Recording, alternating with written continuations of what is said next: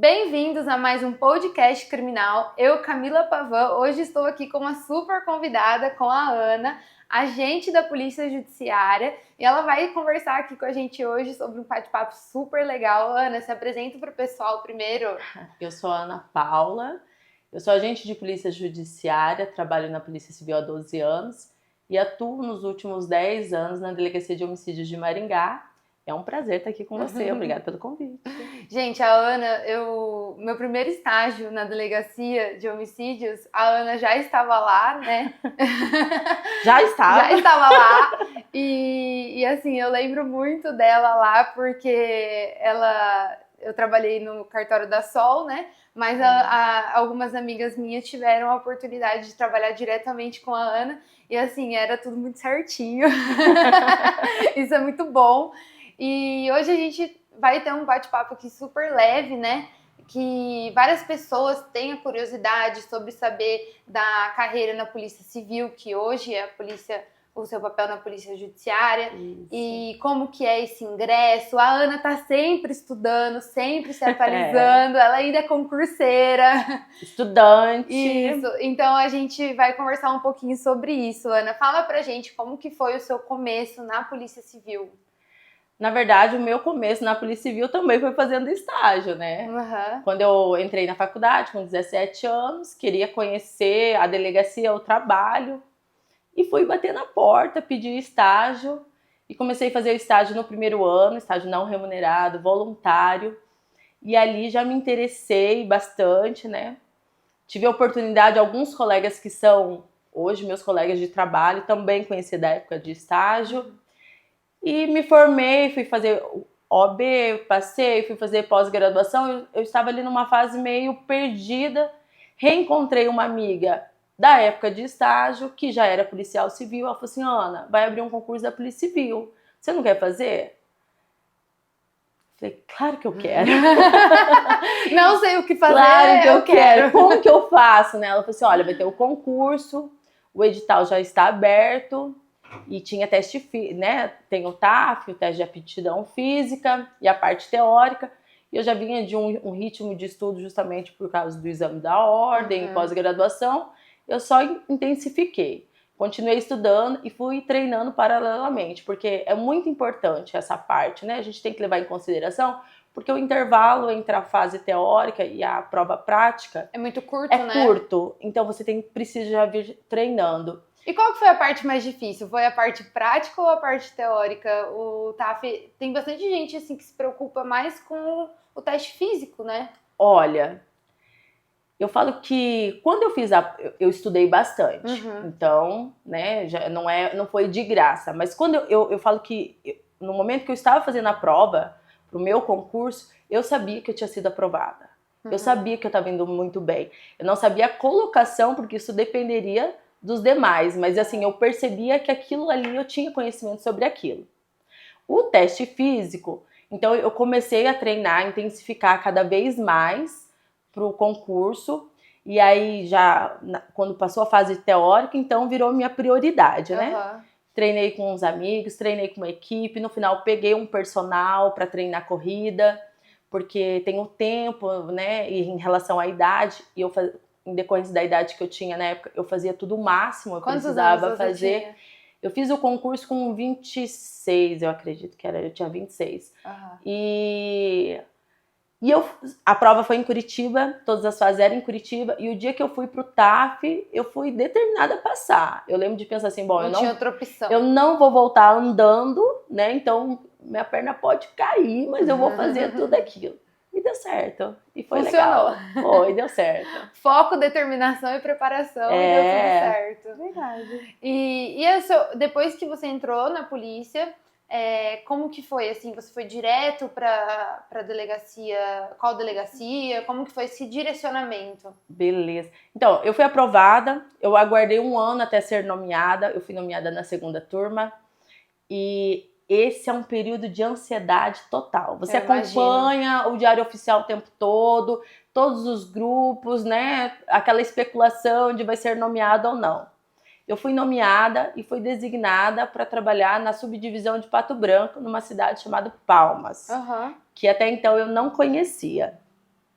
E eu fui para lá, até então nunca tinha saído de Maringá, eu sou daqui de Maringá. Fui para Palmas e eu era a única escrivã de carreira. A cidade estava sem escrivão já há um período. E eu lembro que essa fase foi muito difícil. Por quê? Eu ainda não tinha passado pela escola de polícia, o conhecimento que eu tinha era do estágio. E provavelmente, se eu não tivesse estagiado, eu teria desistido. Porque eu cheguei naquela unidade com uma única escrivã de carreira, num lugar, né, de uma cultura muito diferente. Apesar de ser no Paraná, nós temos uma cultura muito diferente. A demanda, ganhei 1.500 inquéritos, mais ou menos, da noite pro dia. Da noite pro dia, caiu no colo. Plantão, e morando fora e tudo mais. Tudo novo. Tudo novo. Tudo novo. E quando você vai para uma cidade pequena, ele é o clínico geral. Então não tem uma unidade especializada. Então você atende tudo. Sim. Então você tem que saber de tudo, pelo menos ter uma noção de tudo, né? A gente já falou aqui em outros podcasts algumas vezes sobre a importância de ter um mentor, né? De ter alguém assim que você se inspira, que te direcione. E pelo que eu tô ouvindo da sua história, você foi a sua própria inspiração. A necessidade de dar conta de tudo foi a sua própria inspiração para fazer tudo acontecer. Olha, né? Quando eu cheguei lá, na porta da minha sala estava escrito assim, escrivã-chefe. Mas só tinha eu. Eu era chefe de mim mesma.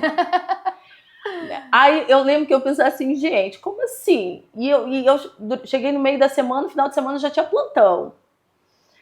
E foi difícil, mas obrigatoriamente eu precisei estudar também. Então, eu precisava tomar conhecimento e eu acabei morando nessa cidade, nesse período. E como no início eu não tinha amigos, né, eu não conhecia as pessoas, todos os dias eu estava na delegacia. Então, aquilo durante aquele um ano, aquilo foi minha vida, né? Então, aquilo foi minha vida. Só que a polícia, Camila, é assim.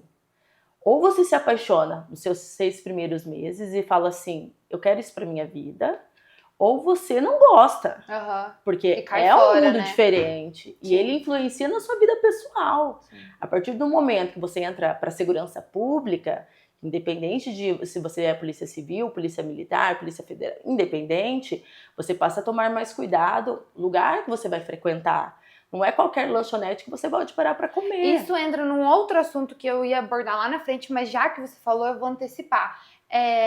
Muitas pessoas me perguntam, né? Você não tem medo de advogar nessa área criminal, é muito perigoso, não sei o quê. E assim, na polícia, você deve receber o mesmo tipo de pergunta, até por ser mulher, né? Pela necessidade, assim, de estar o tempo todo atenta a tudo que está acontecendo. Como que você se sente em relação a isso? Já rolou alguma coisa que, não, aqui, a partir daqui não tem como eu continuar? E aí você repensou sobre a sua carreira por isso ou sempre foi tudo bem? Então, na verdade, a pessoa que você atende na delegacia, talvez você não vá lembrar do rosto dela. Mas ela vai lembrar do seu. Porque você vê muita gente, ela só viu você aquele dia. Justamente. Ninguém vai esquecer da pessoa que tá ali dizendo que ela vai ser presa. Sim. Né? Então, você, às vezes, que nem eu digo, eu olho alguém na rua e eu penso, é testemunha? É vítima? É mulher de preso? Porque às vezes eu não sei ao certo o que é. Até penso, olha, parece que eu já vi. Então, diante disso, você passa a tomar mais cuidado com os lugares que você frequenta. Sim. Com as suas amizades. Não é todo lugar que você frequenta. Só que o perigo, ele é inerente à profissão. Né? É igual andar de moto. Você vai colocar o equipamento para que a viagem se torne segura. Sim. Mas você também quer emoção.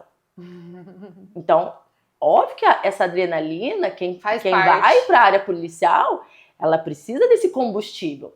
Mas a gente começa a não assumir riscos desnecessários, não é mesmo? Então, é uma atividade de risco? Sim. Mas eu posso evitar alguns riscos desnecessários? É o que eu faço. É o que eu faço. Isso é muito interessante. Porque as pessoas, assim, lógico que a gente tá falando aqui do atendimento do dia a dia, da profissão, igual você falou, do risco da própria profissão. Por quê? Porque a Ana, gente, só pra vocês entenderem o que ela faz. Ela basicamente instrui o inquérito, né, toda a investigação, o que é determinante, muitas vezes, para saber se a pessoa vai ficar presa ou não. Então, isso às vezes não é muito agradável. Não é todo mundo que gosta da gente, não, é verdade. Não é todo mundo. Então, assim, isso acaba sendo um pouco determinante para as pessoas olharem ela na rua e falarem, eu lembro o que ela fez com meu marido.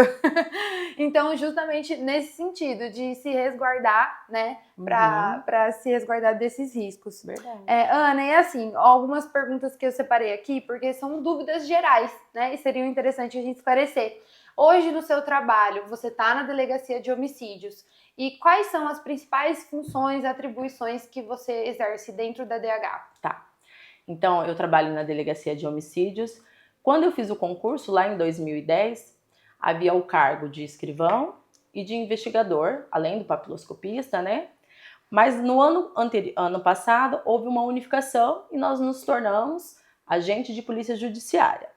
Até então, as funções eram bem determinadas, distintas, né? Então, o escrivão, com a presidência da autoridade policial, né, do delegado, nós dávamos o movimento, o andamento para aquela investigação. Porque o produto da Polícia Civil, que é a investigação, ele é materializado através do inquérito, né? Então, nosso trabalho, enquanto atividade cartorária, era justamente juntar toda essa documentação, né?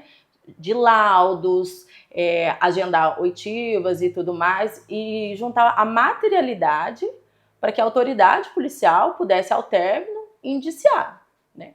Com a unificação, hoje todo mundo pode, dentro dessa parte assim, todo mundo pode fazer a mesma coisa, né? Então, tanto o atendimento e tudo mais. Nós, enquanto agente de polícia judiciária, a ideia é que todos possam fazer toda essa auxiliar a autoridade policial nas diligências necessárias para que ele conclua a investigação. Então, na nossa unidade, nós éramos até então distintas as funções, somos 2 escrivães e 5 investigadores, que tornamos todos agente de polícia judiciária. Mas por uma questão ali interna, nós continuamos nos organizando desta maneira. Isso que eu ia falar, na minha cabeça, assim, essa mudança, ela gera um pouco de bagunça, né? Não sei daí como que foi o reflexo em geral nas delegacias, mas, gente, imagina, todo mundo pode fazer tudo. Então, Camila, mas você sabe que... Aqui dentro do escritório a gente tem muito bem definido quem que faz o quê, porque senão a coisa não anda. Olha, mas veja bem, para uma cidade pequena, nós que somos já concursados há algum tempo, sentimos o baque. E os colegas que são anteriores a nós, com certeza, mais né? ainda, né? Com certeza. Mas pensa nesse pessoal novo que vai entrar e vai para uma cidade pequena. Então, recorde que eu disse, olha, eu era a única escrivã de carreira. Mas tinham, talvez, 3 investigadores, 4. Quando eu precisava folgar ou me ausentar, isso era um problema. Porque não tinha ninguém que supriu o seu espaço. Justamente. Agora imagina, se todos nós soubermos fazer tudo, então isso para uma cidade pequena, eu acho que faz muita diferença. Nada impede que na unidade, internamente, ocorra uma distribuição de função. Igual funciona na DH. Na nossa continua essa distribuição, porque ela funciona muito bem, mas ela trouxe essa possibilidade. Sim. Se for pensar o contexto, né? Cada unidade tem a possibilidade de se organizar da forma como funcionaria melhor. Exatamente. E daí realmente fica interessante. Exatamente. Né? Então hoje a Ana, ela pode meter o pé na porta. Não, poder eu sempre pude. E já fiz muitas vezes, inclusive, participei. Só que assim, esse lado operacional não é o que mais me atrai na polícia. Sim. O que eu mais gosto do nosso trabalho é montar o quebra-cabeça da investigação. Porque assim, até chegar no pé na porta, muita água passou rolou, embaixo da ponte. Você precisou juntar muitos elementos, entendeu? Então você precisou às vezes de uma perícia, de um confronto que coloca aquela pessoa com a arma na cena do crime, entendeu? Então você precisou juntar muitas coisas. Sim, isso é importante também pro pessoal valorizar o serviço do advogado no inquérito, né? Justamente. Porque eles acham que assim, só aconteceu aquilo, só saiu o mandado de prisão da temporária, ou tá pedindo a preventiva e tal, e aí mas tá na fase de inquérito, então não tem muita coisa. E na verdade, a polícia já tá faz toda a diferença. Inclusive, no nosso trabalho, nós conseguimos observar a atuação de um advogado o quanto ele está qualificado para aquilo.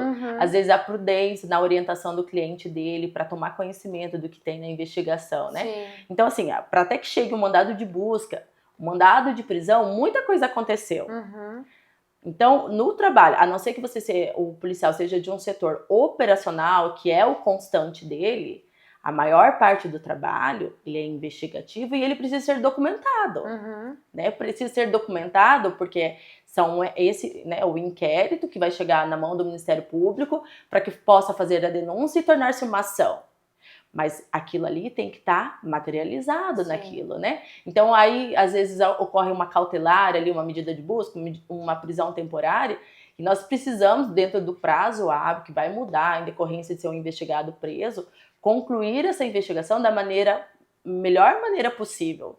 Porque senão aí vem o advogado, pede a revogação das prisões, né? Então a gente tem que ir trabalhando nisso. Encontra um furo, uma nulidade, um errinho aqui. Vê ali, passou aquilo em branco. Então o nosso trabalho é justamente encaixar as peças do quebra-cabeça. Toda a equipe vai nos trazendo e a gente vai montando ali para ter uma sequência, né? Que legal. Gente, e assim, muitas pessoas, até eu anotei aqui, eu anoto se não esqueço. Muitas pessoas têm a dificuldade de entender a diferença da Polícia Civil e da Polícia Militar. Quando eu falo que a Ana, né, pode colocar, ela falou, eu posso pôr o pé na porta, não significa que ela é uma policial militar. Ela faz parte da Polícia Judiciária, igual ela falou aqui. Qual que seria a principal diferença, Ana, para o pessoal entender da Polícia Civil para a Polícia Militar? A Polícia Militar, o objetivo dela é inibir a prática criminosa. Justamente por isso que eles andam fardados, com viaturas caracterizadas. O objetivo da Polícia Militar é opressivo, evitar que o crime ocorra na comunidade.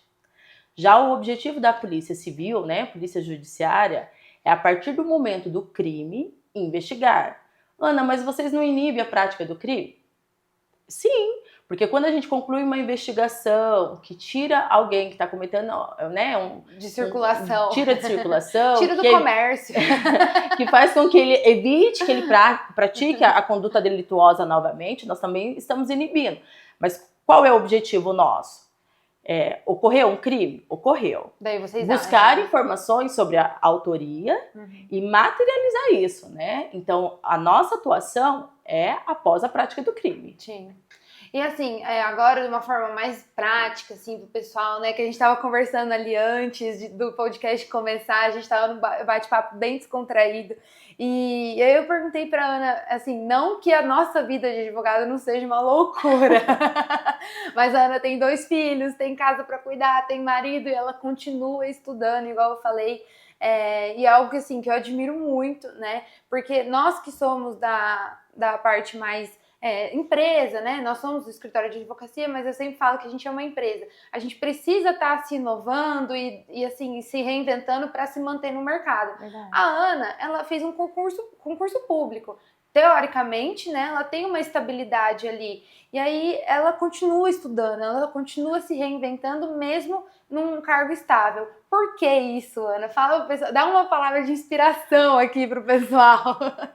Olha, eu sou uma pessoa naturalmente entusiasmada, então eu vou sempre te incentivar a fazer uma coisa nova ou se tornar a sua melhor versão. Eu poderia dizer até que, olha, eu continuo estudando, com isso a gente consegue prestar um serviço melhor para a comunidade. Fato, né? Os advogados estão se atualizando, então nós também precisamos. Não dá para ficar para trás, Os advogados estão cada vez mais qualificados e nós precisamos também. Mas enquanto nós estivermos vivos, nós temos que ter sonhos, objetivos, realizações. Por que não passar para a próxima fase? Por que não? Né? Você verifica, não é fácil, Camila. Não. Eu queria chegar aqui e falar assim para você, eu nunca pensei em desistir. Mentira! Eu penso todos os dias. Mas eu tenho 2 crianças que eles são o meu motivo e não a minha desculpa. Sim. E uma das coisas que eu tenho uma preocupação é como eu estou apresentando o mundo para eles. E eu tenho 40 anos e eu não quero que eles imaginem que aos 40 anos eles não podem fazer mais nada. Por que não? Essa estabilidade, realmente, ela me dá uma segurança. Um conforto. Mas para que justamente eu possa. nesse momento eu privo muitas vezes meu horário de descanso, de lazer, para estudar. Eu tô viva, eu tô vivendo. Isso é viver, né? A gente queria uma coisa melhor. Então, eu quero ter mais conhecimento sobre o direito para que a gente possa exercer na nossa unidade.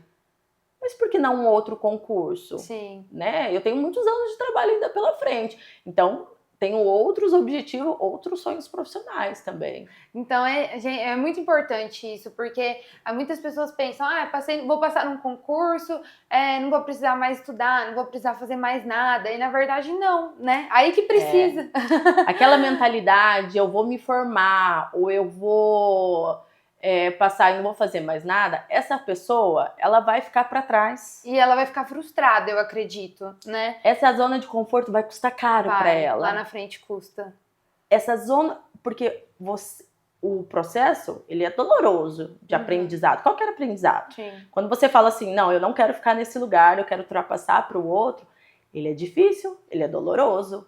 Mas você tem orgulho do seu processo. Tem uma frase que diz que muito custa aquilo que muito vale. É normal que é normal que seja um processo doloroso, que a gente tenha que abrir mão de muita coisa. Igual a Ana falou, no primeiro ano que ela assumiu o cargo de escrivã-chefe, ela ficou 1 ano vivendo o trabalho dela, né? Sem praticar, às vezes, um hobby, ou estar perto da família, tendo que viver numa cidade diferente. Era necessário naquele momento. Exato. E você sabe que essa base fez toda a diferença para mim. Difícil? Muito.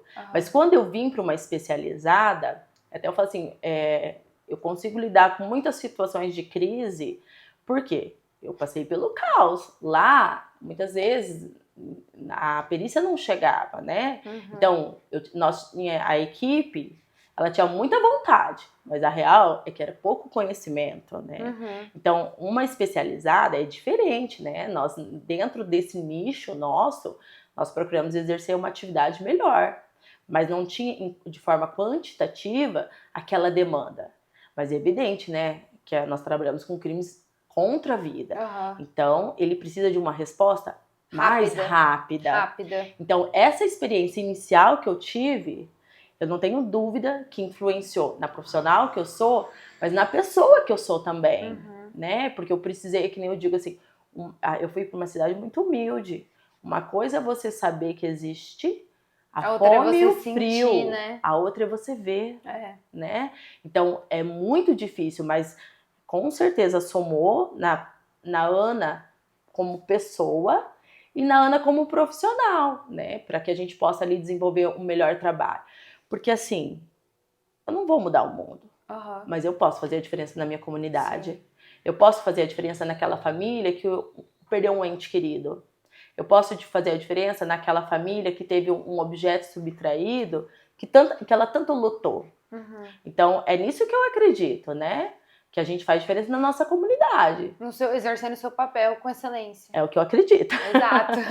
Todos nós. Senão a gente não tava trabalhando. É verdade, é verdade. É porque por muita gente acha que a gente trabalha só pelo ganho financeiro, às vezes pelo próprio ego. Não, na verdade, né? Pra evolução mesmo, pra nossa... o trabalho, ele preenche a gente, né? Às vezes eu brinco que, ai meu Deus, aquela loucura de escritório de novo, e de novo, e não passa. E a Ana ali fora, gente, é que ela tá mais retida, mas ali fora eu falei, como você dá conta? Ela ficando louca.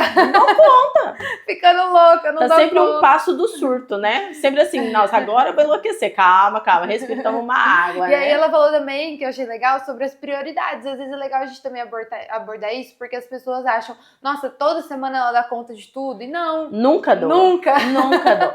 Na verdade, é assim, ó, quando você trabalha, tem seus filhos, seu esposo, sua casa, aí você quer estudar, aí você quer treinar, e ainda ter o mínimo de vida social, você tá sempre à beira da loucura ali, né? É um passo ali da loucura.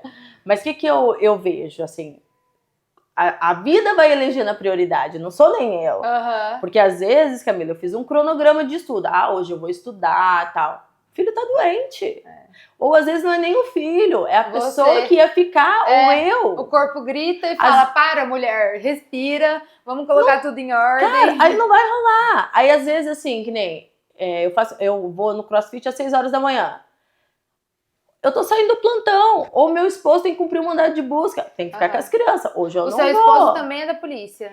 O meu esposo também é policial, nós nos conhecemos na academia de polícia, namoramos durante a escola de polícia, continuamos um período e ele era de Curitiba, né? Na verdade ele é de Brasília, veio para o Paraná em decorrência do concurso. A primeira lotação dele foi em Curitiba, nós nos conhecemos na escola de polícia, eu voltei para Maringá e depois ele veio para cá também. Gente, olha só, então a família inteira foi na porta. É verdade. Ele já tem mais o perfil todo operacional, né? Ele trabalha numa unidade que é mais operacional, o perfil dele já é mais operacional. Que legal. Ana, e assim, além dos seus filhos que você falou, né, da sua necessidade de buscar sempre estar fazendo algo novo, assim, que tem algo que realizaria a Ana na profissão, assim, nossa, ainda falta isso pra, sabe, além de, né, ser aprovada no concurso, assim, o que você fala e você pensa que realizaria você na sua profissão, de fato? Olha, se você estiver me perguntando na minha profissão atual, eu vou te dizer que já houve tantos momentos que eu e minha equipe, assim, eu penso assim, nossa equipe é antiga, né? Eu já tô lá há um tempo. Então, assim, cara, se eu me aposentasse hoje, valeu a pena. Não porque alguém reconheceu. Porque se você for policial esperando isso, você vai se frustrar. Mas, assim, porque você viu o trabalho do teu amigo, você é fã do trabalho do teu colega, ele foi lá e fez, aconteceu. Então, houve tantas investigações que, gente, tenta mais um pouco, vamos mais um pouco, vamos lá de novo, vamos conversar com tal pessoa, que nessa trajetória da gente olhar um pro outro e falar assim, cara, nós somos bons nisso. Então, assim, em muitos momentos eu me senti muito realizada. É porque, como eu disse, nós estamos vivos, precisamos procurar novas conquistas, novos objetivos. Mas, assim, já houve muito momento assim. Sabe por que eu pergunto isso? Porque as pessoas que às vezes seguem uma carreira de concurso público, elas ficam, às vezes, desmotivadas, né? Pela falta de reconhecimento, igual você mesmo falou. Se esperar o reconhecimento, né, do Estado, né, da própria profissão, assim, você não vai ter. Não vai vir. Não vai vir. Não vai vir. Então, assim, que é importante saber que os próprios colegas, eles reconhecem e estimulam. Admira. Você fica fã daquele seu trabalho, do trabalho do teu amigo. Exatamente. E é isso mesmo. É assim, ó. Se você for policial esperando um reconhecimento, você vai se frustrar. Primeiro que eu imagino que deve existir realmente a tal da vocação, né? Eu acredito muito nisso. Eu acredito que deve ter, assim, né? Tanto eu acredito que eu tenho a vocação, como eu vejo alguns amigos meus que eu falo assim, cara, era o sonho de menino dele. Ele queria ser policial, ele queria viver isso. O meu marido é uma pessoa que ama o trabalho dele. Ama, mesmo passando por tantas dificuldades que às vezes ocorreu na profissão, ele adora. E ele fica extremamente feliz se um dos nossos filhos fala que o sonho é ser policial, porque ele tem orgulho da profissão dele. Mas não é porque o mundo elogia ele, parabeniza, mas porque a gente tem noção. Sabe por quê, Camila? Nós não lidamos só com papel, nós lidamos com pessoa. Sim. A gente atende o familiar que chega lá chorando, que perdeu o ente querido, entendeu? Nós atendemos na situação do plantão, né, que ali é o clínico geral, atende de tudo, a mulher que acabou de sofrer uma violência doméstica, ela precisa de uma ajuda, e às vezes ela nem sabe o que fazer, que ela tá ali numa situação crítica. Então, assim, nós temos contato com essas pessoas logo após o fato, ou, né, na sequência do fato. Onde tá tudo borbulhando ainda. Porque até chegar no judiciário já houve um lapso temporal, passou um tempo. E quem que chega lá? Um laudo. Mas eu tô vendo a mulher na minha frente arrebentada. Desesperada. E você acaba virando psicóloga, tá? Não só você, tá, querida? Nossa senhora, eu falei, isso é polícia cidadã. Não só você. Polícia cidadã. Aí você fala, orienta, pensa bem nisso, pensa aquilo, né? Aí eu falo sempre pra ela, assim, olha, você tem procura sua independência, não aceita que alguém te fale assim com você. A Thaisa vai me matar, mas hoje ela falou assim, eu gosto de atender bandido velho. Ah, não, mas também que tem reclama, diferença. Não, também não tem reclama, diferença. Não fica chorando as pitangas, já tá acostumado, sabe que vai pra cadeia, vai ficar preso, vai esperar audiência. Isso. Sabe qual que é o chato de atender no plantão? Embriaguez ao volante. Ele vai falar que não é bandido, que é pra gente ir atrás de bandido, que ele só tinha bebido. Ele é o chato. Sempre tem. Os meus homicidas, meus clientes, eles primeiro já me conhecem, já sabem. Se ele é daqui da região, ele já sabe. Já me conhece. Isso. Às vezes, né? Já passou por ali antes. Tem um desses, né, que a primeira vez que a gente autuou ele era menor. Ele ficou apreendido, internado, saiu, tornou menor, caiu 1, 2 vezes. Aí eu já investiguei situações envolvendo ele, situações até que familiar, irmão, morreu acho que em confronto. E até eu brinquei com ele, falei assim, cara, eu conheço toda a sua família, pode me chamar para amigo secreto. E ele sabe, né, conhece, então assim, se ele é da cidade é que ele já sabe. Ali agora a casa caiu, aguenta, espera ter o advogado, ele vai te orientar.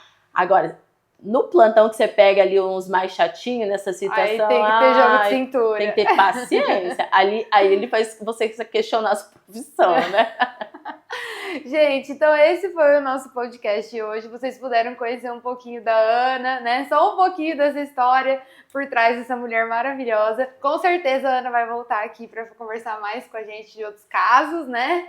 É um prazer. E assim, espero que tenham gostado. Tem algum recado final, Ana, para passar pro pessoal? Eu quero agradecer o convite, foi um prazer.